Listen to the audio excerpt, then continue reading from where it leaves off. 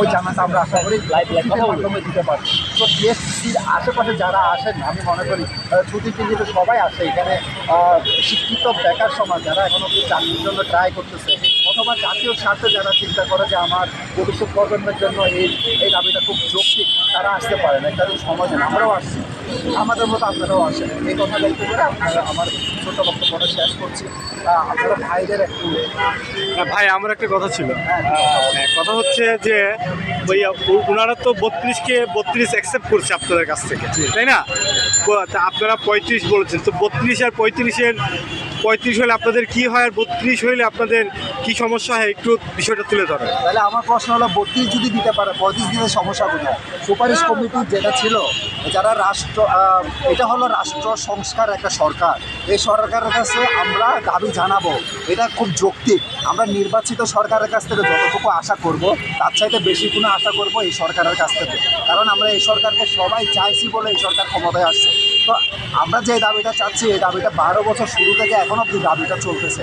যেহেতু এই দাবিটা যৌক্তিক, এখানে শিক্ষক, শিক্ষার্থী এবং যারা জাতীয় স্বার্থে চিন্তা করে যে এটা জাতির ক্ষেত্রে বেকার সমস্যা নিরসনে, আপনি যদি বাইরের দেশের সাথে যদি আপনি একটু ডিফারেন্সটা দেখেন, আমাদের দেশ এবং পাকিস্তান ব্যতীত কোনো দেশে এই 32-30 এরকম শিকলগুলো নাই। আমার প্রশ্ন হচ্ছে, আমাদের দেশে শিক্ষা প্রতিষ্ঠান আছে, কিন্তু এই শিক্ষা প্রতিষ্ঠানগুলো এক প্রকার আমার মনে হয় মেয়াদ সম্পৃক্ত সার্টিফিকেট বিলি করতেছে, ওইরকম একটা অবস্থা হয়ে গেল। আপনি যদি গভর্নমেন্ট যে ইউনিভার্সিটিগুলো বাদ দেন, আপনি প্রাইভেট ইউনিভার্সিটিগুলোর কথা বলেন, এখানে কিন্তু এক প্রকার এটাকে আমি যদি বয়স সীমা যদি থেকে থাকে, তাহলে আমি বলবো যে এটা শিক্ষা বাণিজ্য হচ্ছে, এক প্রকার সার্টিফিকেট বাণিজ্য হচ্ছে। এটা থেকে পরিত্রাণ যদি করতে হয়, আমাদের যে এখন রাষ্ট্র সংস্কার সরকার, এই সরকারকে আমি মনে করি পদক্ষেপ নিতে হবে। আমাদের যে দাবিটা, যৌক্তিক দাবিটা খুব দ্রুত বাস্তবায়ন করতে হবে বলে আমি আশা রাখি। আমাদের নিউজ সরকার, আমরা খুব বাধ্যক্রমে ওনাকে পাইছি, ওনার মধ্যে সেকেন্ড ব্যক্তি বাংলাদেশে নাই। সো উনি যথেষ্ট বুঝেন, সরকারও বুঝে, কিন্তু দাবি কেন্দ্রিক গুটি কয়েক জরিপের যে সিদ্ধান্তটা চাপিয়ে দেওয়া হচ্ছে, এটাকে বলা হবে চাপিয়ে দেওয়া হচ্ছে, কারণ সরকারের ধারা নিয়ন্ত্রিত একটা সুপারিশ সংস্কার কমিটি, জনপ্রশাসন সংস্কার কমিটি, ওনারাই বলতেছে 35-37। আমরা দেশের প্রেক্ষাপটের কথা ভিত্তি করে এবং বাইরে দেশের সাথে তাল মিলিয়ে চিন্তাভাবনা করে ডিফারেন্সটা বুঝেই দিয়েছে 35 এবং ছেলে মেয়েদের ক্ষেত্রে 37।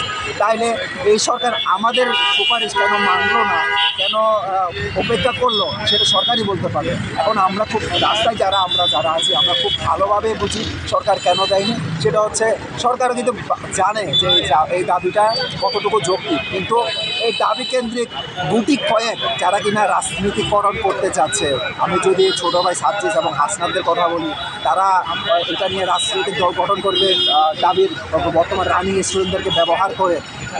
দাবি পুরো বাংলাদেশকে ডিফেন্ড করে না, দাবি is not a representative of Bangladesh. So আমাদের দেশের যে আপামর জনতা আছে, দেশের যে অন্যান্য শিক্ষা প্রতিষ্ঠানগুলো আছে, ন্যাশনাল ইউনিভার্সিটিগুলো আছে, 15 লক্ষ শিক্ষার্থী এখানে পড়াশোনা করতেছে। তো ওদের কথা চিন্তা করে যদি আপনি একটু ভেবে দেখেন, তাহলে আমি মনে করি দেশের যে আর্থসামাজিক প্রেক্ষাপট, আদি প্রেক্ষাপট থেকে যদি আমাকে উন্নয়ন প্রেক্ষাপটের কথা চিন্তা করি, চেঞ্জেসের কথা চিন্তা করি, তাহলে এই দাবি সম্পূর্ণরূপে যৌক্তিক। ধন্যবাদ।